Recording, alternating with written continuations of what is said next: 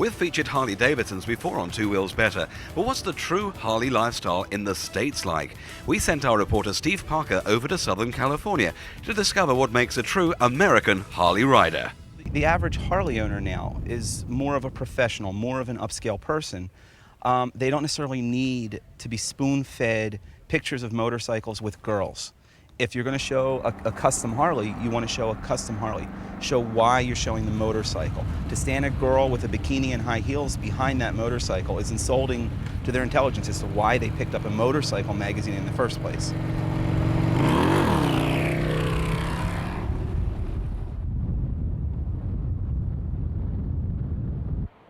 You know, we deal with the Schwarzeneggers and the Stallones and Bruce Springsteen for one. He just likes to be dealt with like a normal individual, and that's how I look at everybody that comes in the store. I treat them all the same no matter, who you are.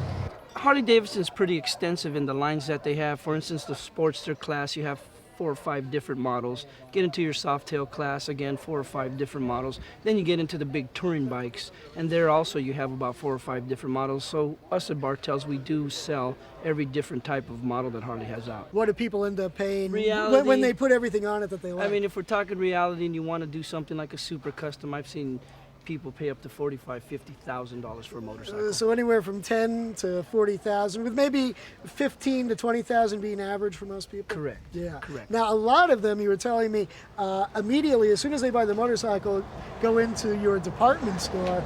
How many of those customers stick around the shop to buy aftermarket equipment, clothes, upgrades to the bike? Oh, I would have to say at least 85–90%. That many? Yeah. When you buy the motorcycle, it's like buying a suit. You can't just walk in to Neiman Marcus or somewhere and buy a suit and not buy the shoes and the tie to go with it.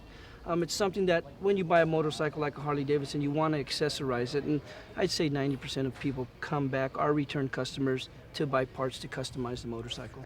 This particular motorcycle is an example of someone being passionate about their motorcycle. They took the time to take a stock motorcycle, strip the paint off it, take it down to bare metal, put a lacquer over it, and make steel plate trim pieces for their motorcycle. This is the involvement that people have in the motorcycle. So this person made these steel plates themselves, did not buy it from This is not from a store. Okay. This is everything on this motorcycle that you see in steel plate was one person's idea on how to make his Harley stand out in a crowd.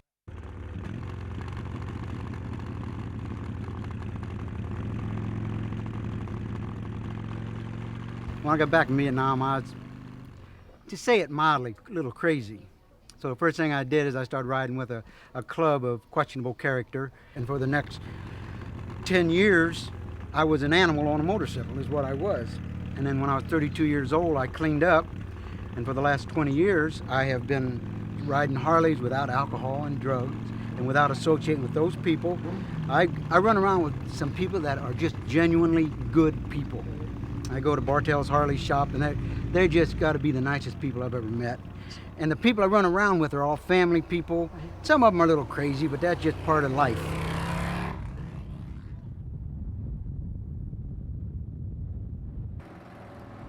This is actually the only bike that I've ever owned, but my great-grandmother rode a Harley in 1916. I think that kind of started the whole,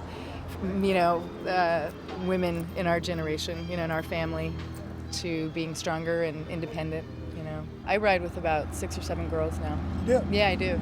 Yeah. All Harleys? All Harleys. Yeah? All Harley-Davidsons. And women ride different than men do.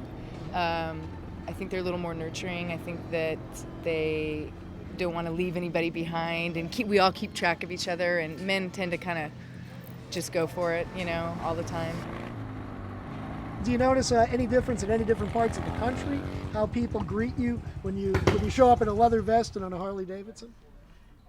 It's really, lately, it's been getting where they accept it. It's really accepted. Motorcycle people are really accepted because they're realizing that we're not all outlaws. That's only 1% of society is the outlaws. And I might look like one, but I'm the nicest guy in town. I got 2 toy poodles.